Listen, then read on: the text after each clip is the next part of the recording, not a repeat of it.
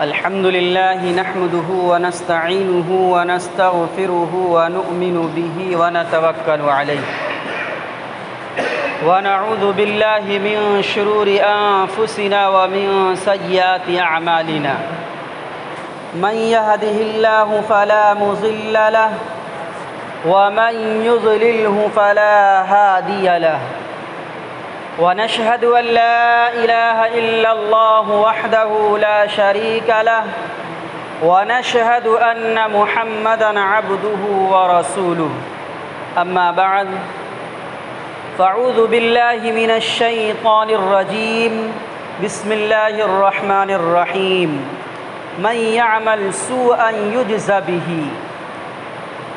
صدق الله العظيم رب اشرح لي صدري ويسر لي أمري واحلل عقدة من لساني يفقهوا قولي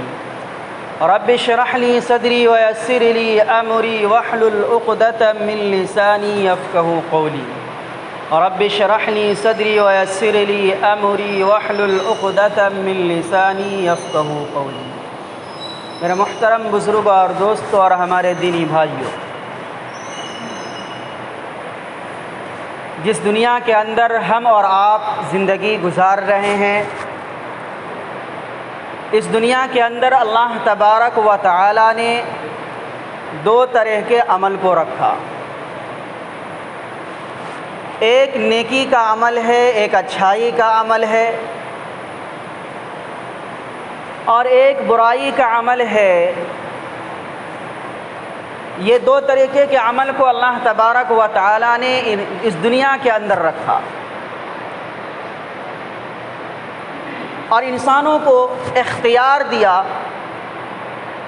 کہ انسان اس دونوں عمل میں سے جس کو چاہے وہ اختیار کر لے۔ ان دونوں عمل میں سے جس عمل کو بھی چاہے انسان اختیار کر سکتا ہے، لیکن اس کے ساتھ ساتھ اللہ تبارک و تعالی نے دونوں عمل کے سزا کو بھی متعین کر دیا، بدلہ کو بھی متعین کر دیا۔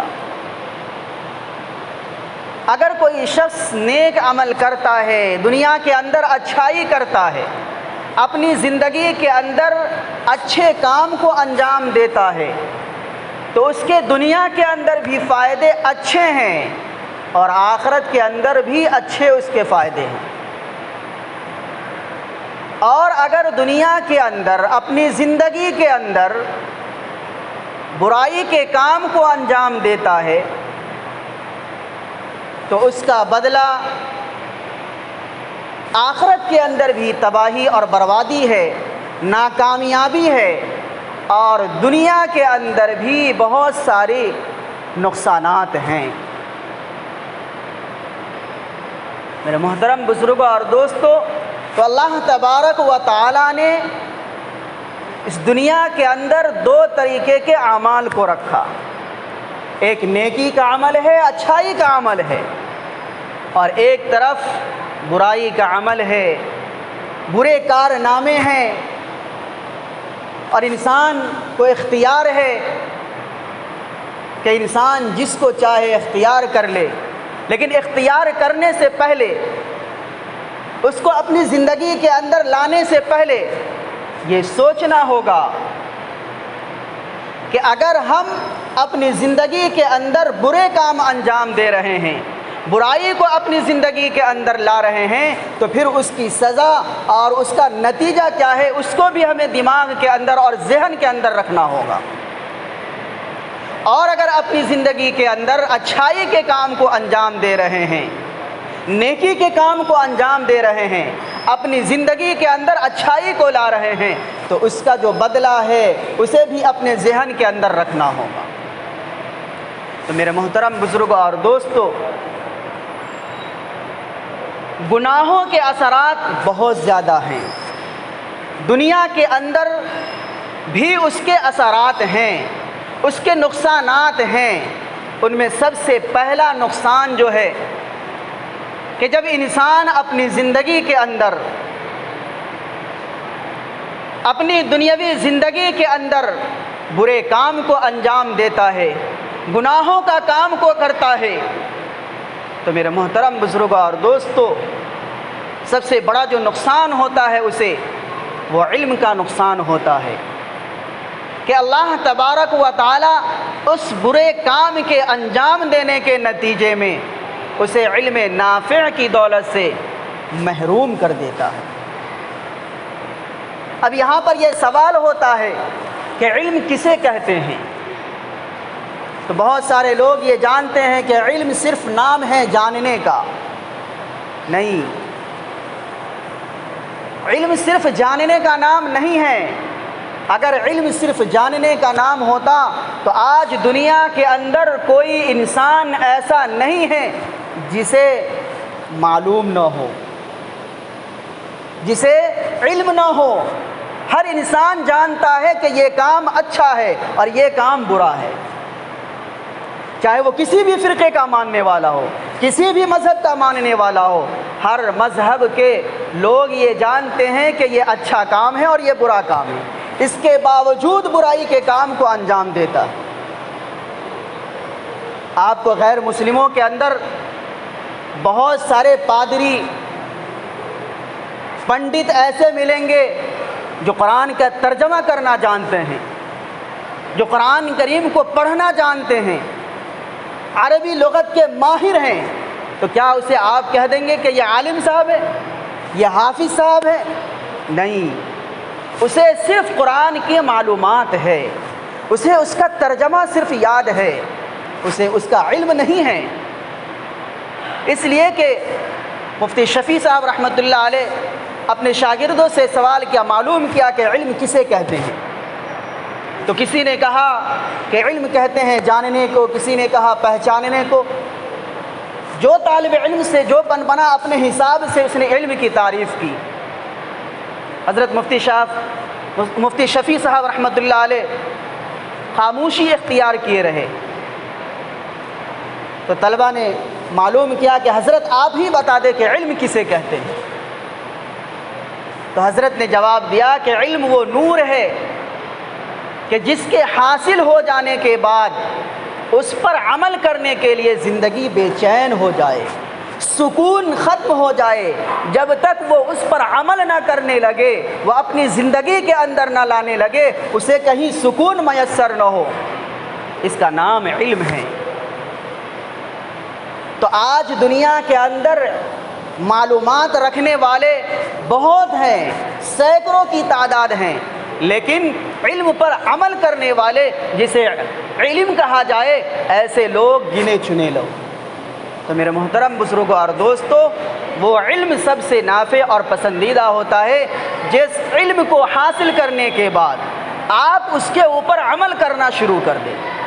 آج دنیا کے اندر ہر انسان، غیروں کو تو چھوڑ دیا جائے، ہم مسلمان سب جانتے ہیں کہ یہ چیز حلال ہے، یہ چیز حرام ہے، فلاں چیز ناجائز ہے، یہ سود کھانا جائز نہیں ہے، کسی کا مال ہڑپنا جائز نہیں ہے، سب جانتے ہیں۔ بچہ سے بچہ جانتا ہے، ادھیر عمر کے لوگ جانتے ہیں، بڑھاپے کی عمر کو جو پہنچ چکے وہ بھی جانتے ہیں۔ ہر شخص یہ جانتا ہے کہ فلاں کام اچھا ہے اور فلاں کام خراب ہے، اسے نہیں کرنا چاہیے، لیکن جاننے کے باوجود کہ یہ کام ہمیں نہیں کرنا چاہیے، اس کو اپنی زندگی کے اندر نہیں لانا چاہیے، پھر بھی انجام دیتے ہیں۔ یہی میرے محترم بزرگوں اور دوستو علم کی رفعت کو، علم کی معرفت کو محروم ہو جانا ہے۔ تو اگر انسان دنیا کے اندر گناہ کرتا ہے تو سب سے بڑا جو نقصان ہے میرے محترم بزرگوں اور دوستو،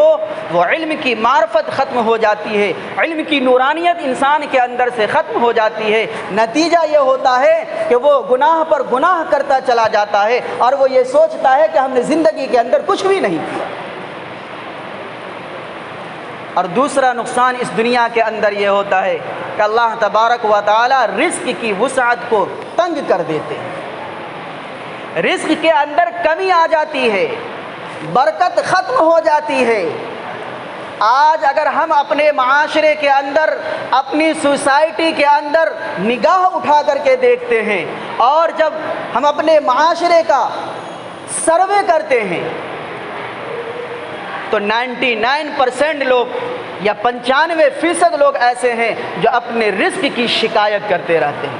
کہیں اگر ہوٹلوں پہ بیٹھے ہیں وہاں شکایت ہو رہی ہے، چوک اور چوراہوں پر بیٹھے ہیں وہاں شکایت ہو رہی ہے، بازاروں کے اندر ہے، مارکیٹ کے اندر ہے، جہاں بھی اگر 2-4 لوگوں کا اجتماع ہوتا ہے تو شکایت ہوتی ہے کہ آج بجلی کا بل جمع نہیں ہو پایا، پیسے نہیں ہیں کہ بجلی کا بل جمع کیا جا رہا ہے، انشورنس کا بل جمع نہیں ہو پا رہا ہے۔ آج لوگ بل بھرتے بھرتے ان کا بل ہو چکا ہے۔ بڑے سے بڑے پیسے والے ہیں، بڑے سے بڑے مالدار حضرات ہیں، وہ ظاہراً تو لگتے ہیں کہ ہاں بہت پیسے والے ہیں، بہت روپیہ اور پیسہ ہے ان کے پاس، بہت مال و دولت ہے، لیکن وہ اندر سے کھوکھلے ہو چکے ہوتے ہیں۔ ان کو بل جمع کرنے سے ہی ان کی زندگی ختم ہو جاتی ہے۔ تو میرے محترم بزرگ اور دوستو، کتابوں کے اندر لکھا ایک واقعہ ایک صحابی کا کہ اگر انسان کا توکل، انسان کا ذہن اللہ کی طرف متوجہ ہو جاتا ہے، وہ اپنے رزق کو، اپنی زندگی کو اللہ کے لیے وقف کر دیتا ہے، اور اس کے دل و دماغ کے اندر یہ تصور ہوتا ہے کہ اللہ جو چاہے گا وہی ہوگا، تو میرے محترم بزرگوں اور دوستو، اس کی رزق کے اندر بھی کشادگی ہوتی ہے۔ ایک صحابی کا واقعہ کتابوں کے اندر لکھا ہے کہ ایک صحابی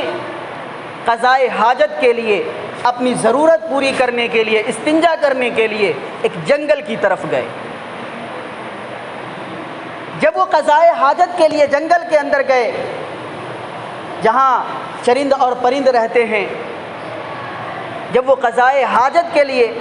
گئے تو وہاں ایک سوراخ دیکھا جسے ہم اور آپ بل بھی کہتے ہیں۔ تو وہ صحابی اس سوراخ کے پاس بیٹھ گئے۔ ایک چوہا اندر سے آیا اور اپنے منہ کے اندر ایک اشرفی لا کر کے باہر رکھ دیا، اور وہ چوہا چلا گیا، پھر بل کے اندر گھس گیا۔ پھر تھوڑی دیر کے بعد پھر ایک اشرفی اپنے منہ کے اندر لے کر کے آتا ہے۔ یہ سلسلہ تقریباً 20 مرتبہ ہوا، اور صحابہ اکرام دیکھ رہے ہیں۔ تو صحابہ، وہ جو صحابی تھے، اس نے ان 20 اشرفی کو اٹھا لیا، اور صحابہ اکرام کی یہ زندگی کا ایک مشغلہ تھا، ایک طریقہ تھا کہ زندگی کے اندر کوئی بھی نئی بات اگر پیش آتی تھی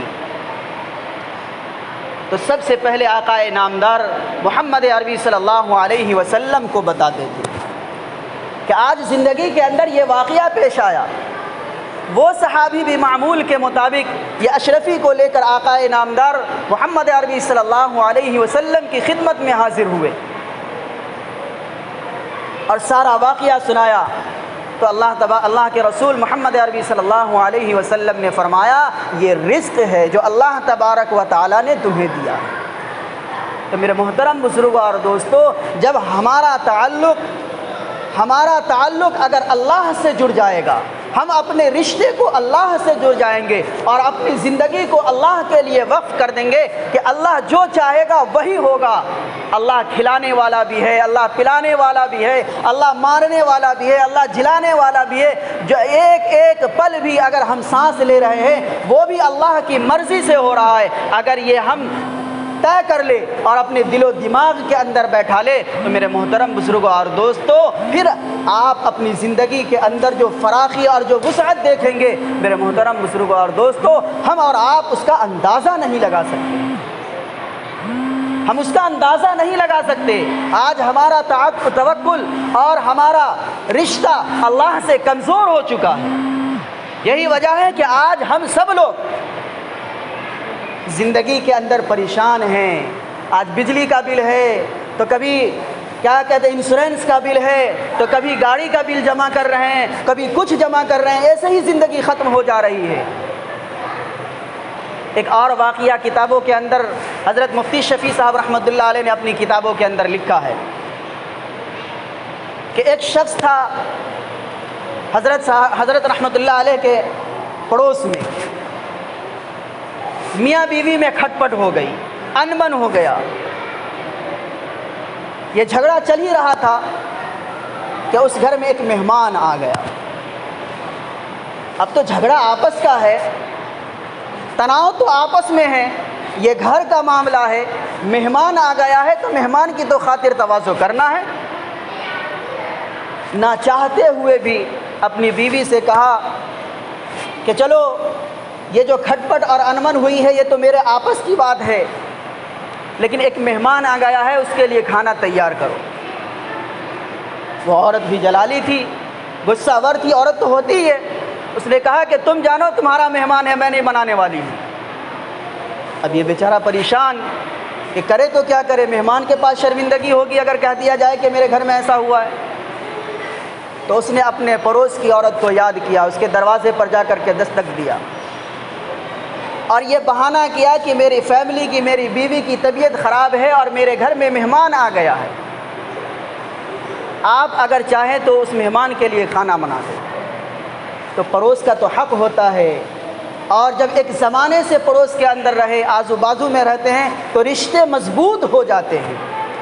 اس عورت نے کہا کہ ایک مہمان کا کیا، 10 مہمان کا بھی کہا جائے تو 10 کے بھی کھانے تیار ہو جائیں گے، جائیں آپ مہمان کی مزاج پرسی لیں، میں کھانا تیار کر کے لے کر جاتا ہوں۔ اب یہ صاحب آ کر کے مہمان کے پاس بیٹھ گئے، اس سے گفتگو کرنے لگے۔ پھر اتنے میں خیال یہ آیا کہ چلو کھانا تو بن ہی رہا ہے، لیکن پانی اور وانی کا بھی تو انتظام کیا جائے، کچھ شربت بھی تو پلایا جائے، کچھ پانی بھی تو پلایا جائے۔ تو غرض یہ پانی لینے کے لیے جب اپنے گھر میں گئے تو دیکھ رہے ہیں کہ بیوی زارو قطار رو رہی ہے۔ اور اس میں ہو گیا کہ یہ تو کبھی رونے والی نہیں، یہ تو شیرنی جیسی تھی، یہ تو اس کی چنگھاڑ بڑی بھاری تھی، لیکن آج یہ رو کیوں رہی ہے؟ تو اس نے رونے کا ماجرا پوچھا، تو کہا کہ میں اس بات پر رو رہی ہوں کہ جب میرا دماغ ٹھنڈا ہوا اور میں نے بھی یہ سوچا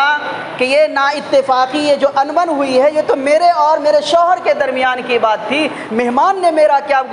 بگاڑ دیا جو مہمان کا کھانا تیار نہیں کر سکتی ہوں میں۔ اس کھانے کو تیار کرنے کے لیے جب میں اپنے کچن میں گئی ہوں تو کچن میں یہ دیکھتی ہوں کہ ایک سفید ریش والے عمر دراز میرے آٹے میں سے وہ آٹا نکال رہے ہیں، اور اس سفید ریش والے بوڑھے شخص نے یہ جواب دیا کہ اے عورت تم گھبراؤ نہیں، یہ وہ آٹا لیا جا رہا ہے جو تمہارے آٹے کے اندر اس مہمان کا حصہ تھا جو تمہارے دروازے پر بیٹھا ہوا ہے، اور یہ رزق اللہ تبارک و تعالیٰ نے مہمانوں کا تمہارے آٹے کے اندر رکھا تھا، لیکن تم نے انکار کر دیا کھانا بنانے سے، اس لیے یہ آٹا اٹھ کر کے اس پڑوس کے اندر جا رہا ہے جو عورت اس کے مہمان کے کھانا کو تیار کرنے کے لیے جا رہی ہے۔ تو میرے محترم بزرگ اور دوستو، اس واقعے سے یہ سبق ملتا ہے کہ رزق آپ کی مقدر کا جو ہے، اللہ تبارک و تعالیٰ نے آپ کے لیے جو مقدر کر دیا ہے، جو آپ کے لیے فیصلہ کر دیا ہے، وہ آپ کو مل کر رہے گا، وہ آپ کو مل کر رہے گا۔ آپ اس کے لیے محنت کرے اور اس کے لیے جستجو کرے۔ آپ اگر اپنے رشتے کو اللہ سے توڑ دیں گے تو میرے محترم بزرگوں اور دوستو، جس طریقے سے نا اتفاقی میاں اور بیوی کے اندر ہوا ہے، یہ تعلق، یہ رشتہ آپ کا جب اللہ سے ختم ہوگا تو آپ کے رزق کے اندر بھی بے برکتی آئے گی، آپ کے رزق کے اندر بھی بے برکتی آئے گی۔ تو میرے محترم بزرگوں اور دوستو، اور اس دنیا کے اندر تیسرے اگر گناہ کرتے ہیں تو تیسرے نقصان یہ ہوتا ہے کہ ہم اللہ تبارک و تعالیٰ سے ہمارا رشتہ کمزور ہو جاتا ہے، اللہ تبارک و تعالیٰ سے ہمارا رشتہ کمزور ہو جاتا ہے، یہاں تک نوبت آتی ہے کہ کوئی نیکی کے کام کو انجام کرنے میں دل لگتا ہی نہیں۔ زندگی کے اندر کوئی بھی نیک کام اگر ہمارے سامنے سے گزر رہا ہے، کوئی ہمیں کہہ رہا ہے کہ یہ کام کر لو گے تو تمہاری زندگی کے اندر فراخی آئے گی، وسعت آئے گی، اللہ تم سے راضی ہوگا، تم سے خوش ہوگا، لیکن اس کی طرف توجہ نہیں جاتی ہے، اس کی طرف دل نہیں لگتا ہے۔ کیوں؟ یہ اسی وجہ سے کہ ہم نے دنیا کے اندر گناہ کر کے اپنے اللہ سے رشتے کو کمزور کر دیا۔ جب اللہ سے ہمارا رشتہ کمزور ہوگا تو یقینی بات ہے کہ شیطان سے ہمارا رشتہ جڑے گا، شیطان سے ہمارا رشتہ مضبوط ہوگا۔ میرے محترم بزرگوں اور دوستوں، جب اللہ سے رشتہ کمزور پڑے گا، اللہ سے جب ہم اپنے رشتے کو توڑیں گے، تو ظاہر سی بات ہے کہ اس کا نتیجہ یہ ہوگا کہ شیطان ہم سے قریب آئے گا اور ہمارا رشتہ شیطان سے جڑے گا، اور جب شیطان سے ہمارا رشتہ جڑے گا تو میرے محترم بزرگوں اور دوستوں، ہر انسان جانتا ہے، ہر انسان جانتا ہے، ہر طبقے کا انسان جانتا ہے، ہر مذہب کے لوگ ماننے والے، چاہے وہ سینکڑوں معبودوں کی پوجا کیوں نہ کرتے ہو، وہ سینکڑوں معبودوں کی پوجا کرنے والا انسان بھی یہ جانتا ہے کہ اگر ان سینکڑوں معبودوں کو کوئی چلانے والا ہے، اس کی کوئی مدد کرنے والا ہے، ان سینکڑوں معبودوں کی اگر کوئی مدد کرنے والا ہے تو وہ ایک اوپر بیٹھا ہوا ہے، اس کا بھی یقین ہے۔ وہ سینکڑوں معبودوں کو جاننے والا، اس کی عبادت کرنے والا انسان بھی یہ جانتا ہے کہ ان سینکڑوں معبودوں کی ڈوری، اس کی رسی اگر کسی کے پاس ہے تو وہ معبود واحد اللہ رب العزت کی پاس ہے۔ لیکن آج ایک معبود کو ماننے والا، ایک اللہ کی پرستش کرنے والا سینکڑوں کی طرف دوڑ رہا ہے، سینکڑوں کی طرف دوڑ رہا ہے۔ اگر دماغ لگایا جائے، اپنے ذہن کو دوڑایا جائے تو میرے محترم بزرگوں اور دوستوں، ہم اپنے اب رب کو چھوڑ کر غیروں کی طرف بھاگ رہے ہیں، غیروں کا جو کام تھا اس کو ہم انجام دے رہے ہیں، تو نتیجہ کیا نکلے گا؟ نتیجہ کیا نکلے گا؟ ظاہر سی بات ہے کہ جب ہم جیسا عمل اپنی زندگی کے اندر کریں گے ویسا ہی نتیجہ ہمیں اس کا عمل بن کر نکلے گا۔ تو اگر ہم اپنی زندگی کے اندر نیک کام کریں گے تو اس کا بدلہ بھی ہمیں نیک ملے گا، اچھا ملے گا، اور اگر ہم اپنی زندگی کے اندر برائی کے کام کو انجام دیں گے تو میرے محترم بزرگوں اور دوستوں، اس کا بدلہ بھی ہمیں برا ہی ملے گا، دنیا کے اندر بھی ملے گا اور آخرت کے اندر تو اس کا ہے، طے ہو چکا ہے۔ تو اب ہمیں اور آپ کو یہ فیصلہ کرنا ہے کہ ہم دنیا کے اندر رہ کر کے آخرت کی تیاری کریں گے، آخرت کے لیے آخرت کو سنواریں گے، یا ہم اپنی دنیا کے چکر میں دنیا کو بھی برباد کریں گے اور آخرت تو برباد ہوگا ہی، آخرت تو برباد ہوگا ہی۔ اس لیے میرے محترم بزرگوں اور دوستوں، ہم سبوں کو چاہیے کہ ہم اپنے رشتے کو اللہ سے مضبوط کریں، اپنے تعلق کو اللہ سے مضبوط کریں، پھر جا کر کے اپنی زندگی کے اندر جو نچھاور دیکھیں گے اور جو وسعت دیکھیں گے، پھر میرے محترم بزرگوں اور دوستو اندازہ نہیں رہے گا۔ اللہ تبارک و تعالی ہمیں کہنے سننے سے زیادہ عمل کی توفیق عطا فرمائے۔ وآخر دعوانا ان الحمد